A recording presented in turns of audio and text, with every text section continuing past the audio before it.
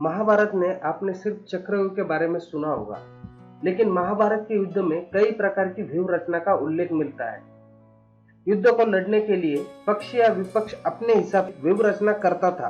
व्यूह रचना का अर्थ है कि किस तरह सैनिकों को सामने खड़ा किया जाए। आसमान से देखने पर यह व्यूह रचना दिखाई देती है, जैसे क्रॉन्च व्यू। तो आसमान से देखने पर क्रॉन्च पक्षी की तरह सैनिक खड़े हुए दिखाई देंगे। इसी तरह चक्रव्यूह को आसमान से देखने के पर एक घूमते हुए चक्र के समान सैन्य रचना दिखाई देती है।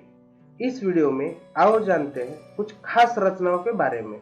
चलिए शुरू करते हैं। गरुड़ व्यू। गरुड़ पक्षी का चित्र तो आपने देखा ही होगा। यह विशाल पक्षी भगवान विष्णु का वाहन है।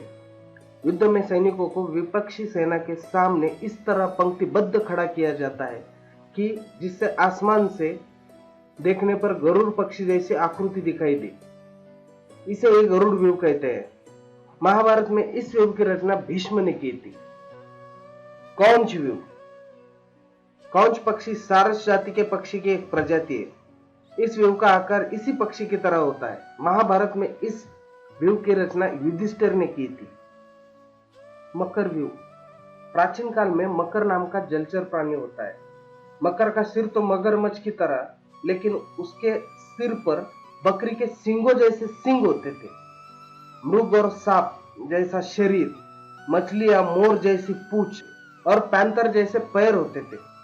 वैदिक साहित्य में अक्सर तिमिंगिला और मकर का साथ साथ जिक्र होता है, लेकिन संभवतः यह व्यूह रचना से तात्पर्य मकर से होगा, मकर से नहीं।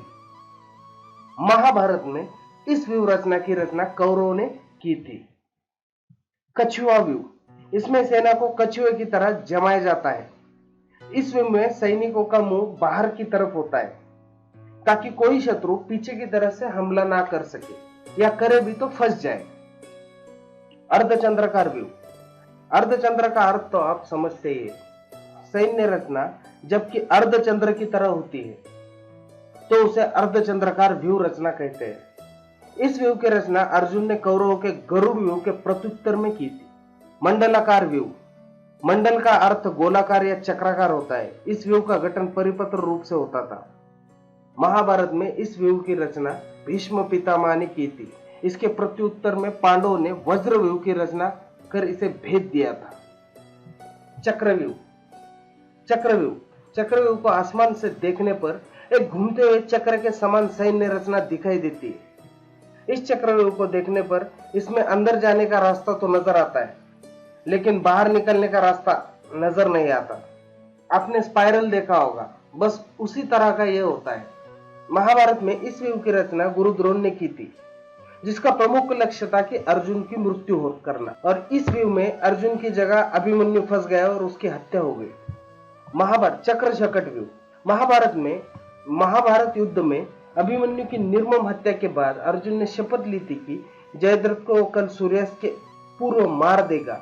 तब गुरु द्रोणाचार्य ने जयद्रथ को बचाने के लिए इस व्यू की रचना की थी, लेकिन भगवान श्री कृष्ण की चतुराई से जयद्रथ उस व्यू से निकलकर बाहर आ गया और मारा गया। वज्र व्यू। वज्र एक तरह का हथियार होता है। ये दो प्रकार का होता है, कुलिश और आशानी। इसके ऊपर के 3 भाग तिरछे टेढ़े बने होते हैं। बीच का हिस्सा पतला होता है, पर यह वजनदार होता है। इसका आकार देखने में इंद्रदेव के वज्र जैसा होता है। महाभारत में इस व्यू की रचना अर्जुन ने की थी। औरमी व्यू। पांडवों के वज्र व्यू के प्रत्युत्तर में भीष्म ने औरमी व्यू की रचना की थी। इस व्यू में पूरी सेना समुद्र के समान सजाई जाती है। जिस प्रकार समुद्र में लहरें आती है, ठीक उसी आकार में कौरव सेना ने पांडवों पर आक्रमण किया था। श्रीगांतका व्यू। कौरव के औरमी व्यू के प्रत्युत्तर में अर्जुन ने श्रीगांतका व्यू की रचना की थी। ये व्यू एक भवन के समान दिखाई देता था। संभवतः इसे ही 3 शिखरों वाला व्यू कहते हैं। इसके अलावा सर्वतोभद्र और संपूर्ण व्यू का उल्लेख भी मिलता है। तो ये थे कुछ पावरफुल फॉर्मेशन जो महाभारत के युद्ध में यूज हुए थे। आज के लिए इतना ही। अगर आपको ये वीडियो पसंद आए तो प्लीज लाइक कीजिए लाइक करें, शेयर करें और इस चैनल को सब्सक्राइब कीजिए और बेल आइकन को दबाना मत भूलिए। अगर आपका कोई सुझाव है तो नीचे कमेंट में लिखना मत भूलिए। जय हिंद, वंदे मातरम।